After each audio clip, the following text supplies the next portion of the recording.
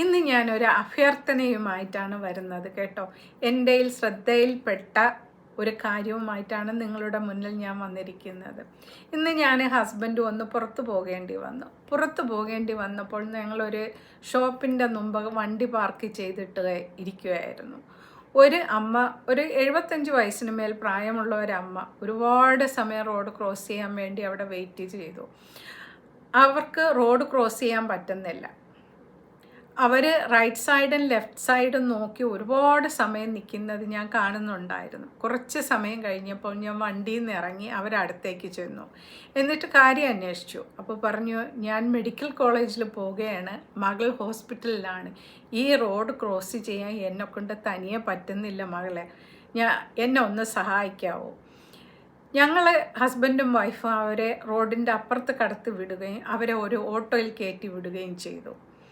പ്രായമായ വ്യക്തികൾ, നമ്മുടെ അച്ഛനാകാം, അമ്മയാകാം, നമ്മുടെ ബന്ധുക്കളോ നെയ്ബേഴ്സോ ആര് തന്നെ ആയിക്കോട്ടെ, ഈ സാഹചര്യങ്ങൾ ഞാൻ ഒരുപാട് പ്രാവശ്യം റോഡിൽ നടക്കുന്നത് കണ്ടിട്ടുണ്ട്.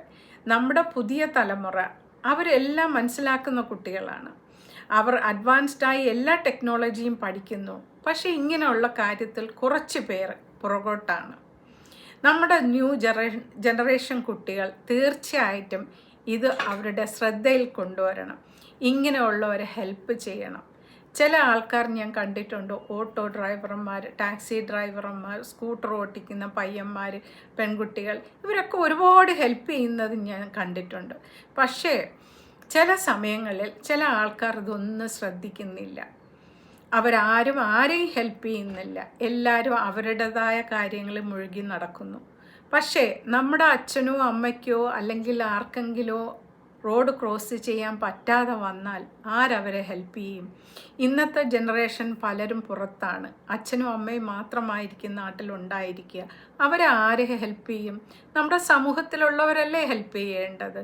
അപ്പോൾ നമ്മുടെ യങ് ജനറേഷൻ ഇത് അവരുടെ ശ്രദ്ധയിൽപ്പെടുത്തുക. എന്നിട്ട് സഹായിക്കേണ്ടവരെ നമ്മൾ തീർച്ചയായിട്ടും സഹായിക്കണം. ഒരു ദിവസം നമ്മൾക്കും ഈ അവസ്ഥ വരുമെന്ന് ഓർമ്മയിരിക്കട്ടെ. അതുകൊണ്ട് ഇതൊരു അഭ്യർത്ഥനയാണ്. നമ്മളുടെ യങ് ജനറേഷൻ എല്ലാവരെയും ഹെൽപ്പ് ചെയ്യുന്ന ഒരു മെൻറ്റാലിറ്റിയോടുകൂടി ജീവിക്കണം. Thank you for taking time for hearing this, and thank you very much. I request everyone to help out in this.